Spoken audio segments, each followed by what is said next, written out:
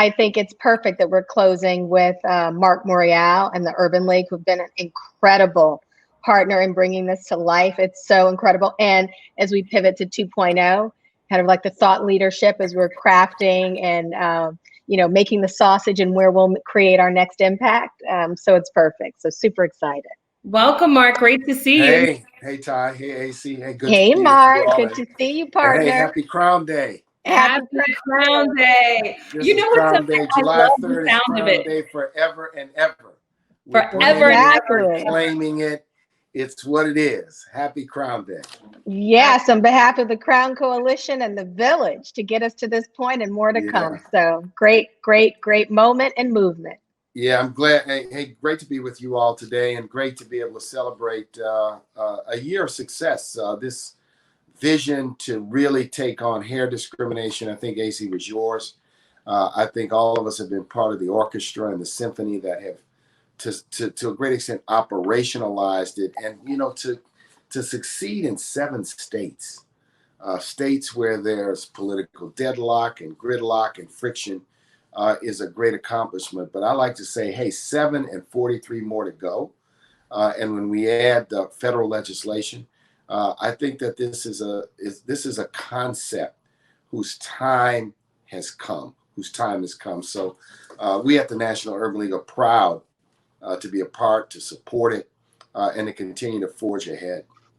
Quick question, Marc, on that note, did you ever have a pinch yourself moment, or Esi even, a pinch yourself moment of surprise that everything was able to happen so quickly in such a short period of time? I mean, 7 states in just 18 months is kind of unheard of. I tell you, I was surprised, but the California experience, I mean, getting out of the gate with Senator Holly Mitchell and choosing California, a state where there was a determined effort.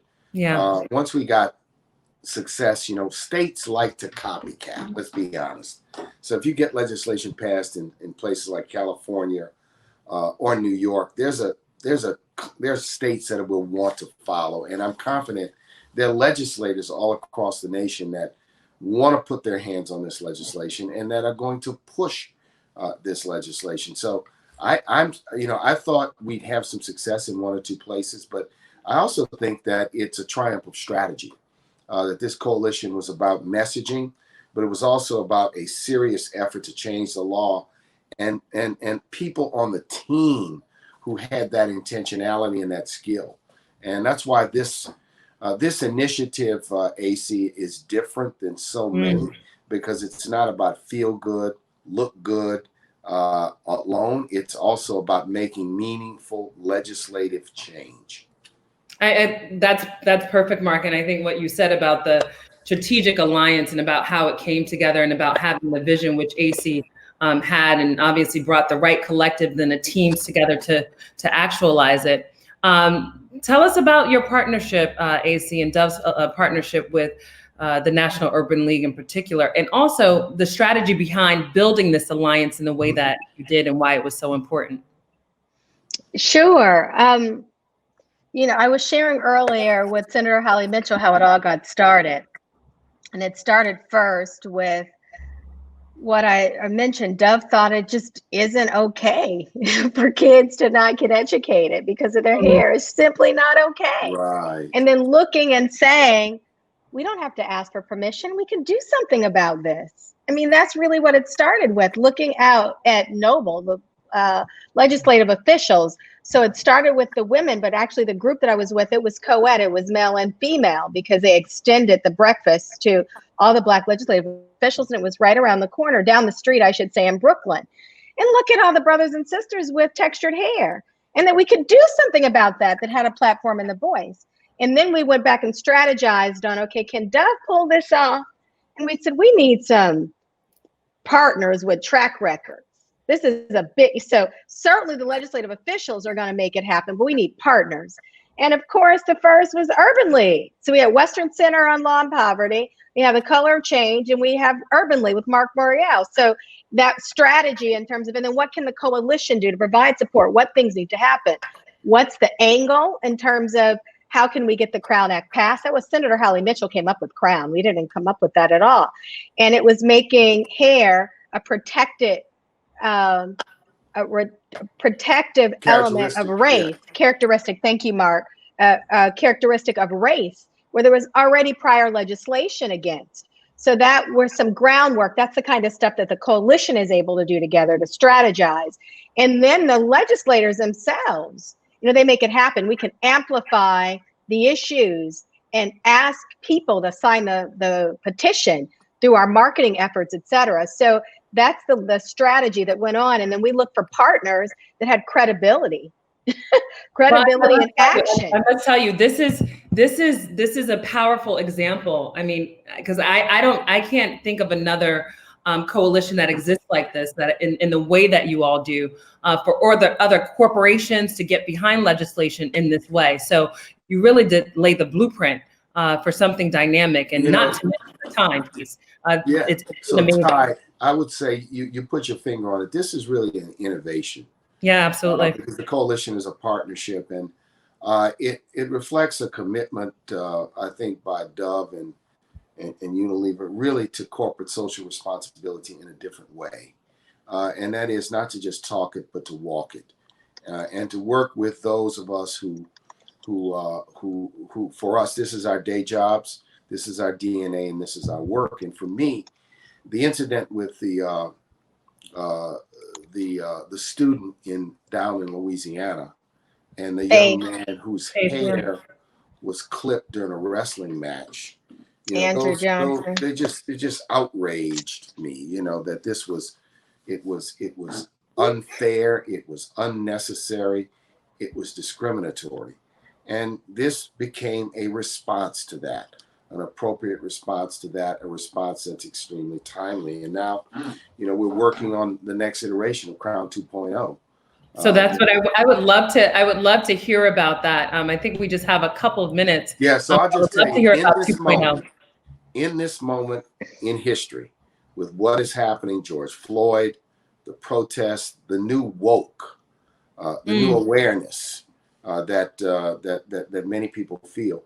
This is about deploying the same type of strategy to work on police reimagination issues, voting and voter suppression issues, criminal justice reform issues, and hate. And it will have the same approach. Let's pursue legislative and public policy change at the national, state, and local level.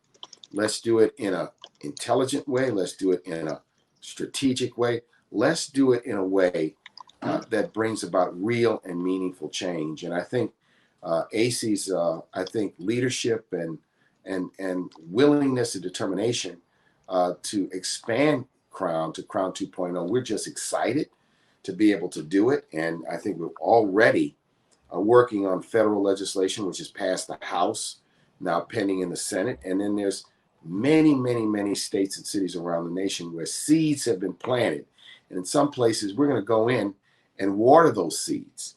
In some places, we're going to go in and add more heft to work that people on the ground are already doing, because this is a movement in this nation, and we have to ensure that it's a movement and it's not a moment. That's right on. It's so well said. It's about making sure this is a movement. So we're just, it's just an honor to be able to do it, and it's exciting to work with talented sisters. That's right. It really is, and this has been the kind of thing where everything is all about business. We're all serious about this, and then we've been able to, I think, message it. So there's so much that's going to come ahead, and I'm just proud to be a part. And thanks to Esi for our leadership, and Dove for its partnership, and we are just beginning. So well said, Mark. We are just beginning. So just a few more things to add. As we talk about 2.0, we don't want to forget that we want to continue this work on the Crown Act, because our job is not done. And before I do that, I just want to acknowledge the village of incredible Black women and the support in getting us where we are. So just we say 7 down and 43 to go. I want to break that down and acknowledge the 7. The 7, we start first with California with Senator Holly Mitchell, yay, who paved the way. And we go next to New York, got Assemblywoman Tremaine Wright with the support of her partner there, Senator Jamal Bailey. So we see men and women alike. Then we go on to New Jersey. That's where Andrew Johnson was, Assemblywoman Angela McKnight, and Senator Sandra Cunningham. Just a huge thank you. And then 4th, we go to Virginia. So thank you for Senator Lionel Sproul Sr. and then Delegate Dolores McQueen. That's our number 4. Then we go to our number 5, Colorado. So let's look at this powerful group of sisters here. Rep. Leslie Herod, Rep. Janet Buckner, and Senator Rhonda Fields that made this happen. I was also had the pleasure of being there with them when the governor signed. And then let's go to state number 6. That is Washington, which is Representative Melanie Morgan. And we just see all these women in their beautiful crowns. It makes me so proud. Then we go to our state number 7, that is Maryland, right? Which is back to the East Coast, where we have Delegate Stephanie Smith and then Maryland Senator William Smith. So we see the village that it takes. And it is, again, that's what we celebrate on Crown Day. And as we look at what's to come, Matthew Cherry talked about this. We've already had actions in over, these are the 2 municipalities they wanted me to give a shout out to as well. There's Cincinnati, that's one municipality, and then there's Montgomery County. And again, it's just look at these beautiful crowns of men and women who have championed these causes. And that's what it's going to take going forward. So Matthew talked about the 23. There are 23 others that have already taken action, either through some introduction, but we've all been on lockdown. So legislation has kind of halted in some places. So we'd probably be more than 7 now if it weren't for that. So we got to keep that going. And then we've got another 20 states where there haven't been things introduced. So we got to keep that going. So that's next. And then we have the federal legislation that's been introduced, with Senator Booker and then Congressman Cedric Richmond. So that's what's next there. And that's, you guys are amazing. We got slides on all this. And those are the first 2. Then you see the other 3 sponsors of the bills. And then you heard about Marsha Fudge in one of the sessions, who's been paving the way for a long time. We stand on her shoulders. So we've got a lot more to come on this. So then we continue that work. And then we've got these 3 other pillars.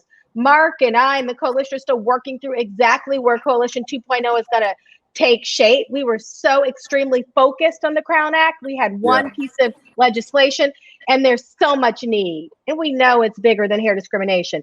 So we're working on together. It's kind of like a work in progress. Keep saying we're making sausage still. It's one of the guys I work with that always says that we're still figuring it out. But we've got the passionate commitment, the track record of the Urban League. We've got multiple brands, so many places to make an impact, progress in some of the areas already. So it's like, stay tuned. We've got more to come.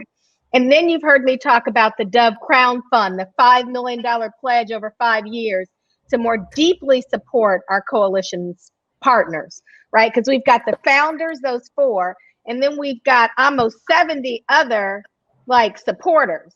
And so they're smaller organizations that we're also funding. So that's what's next. We are committed to ending systemic racism using our force for good in this coalition. And I'm just privileged to be here helping take shape and bring this to life on behalf of Dove, Unilever, and the coalition partners, Urban League, Color of Change, and Western Center on Law and Poverty.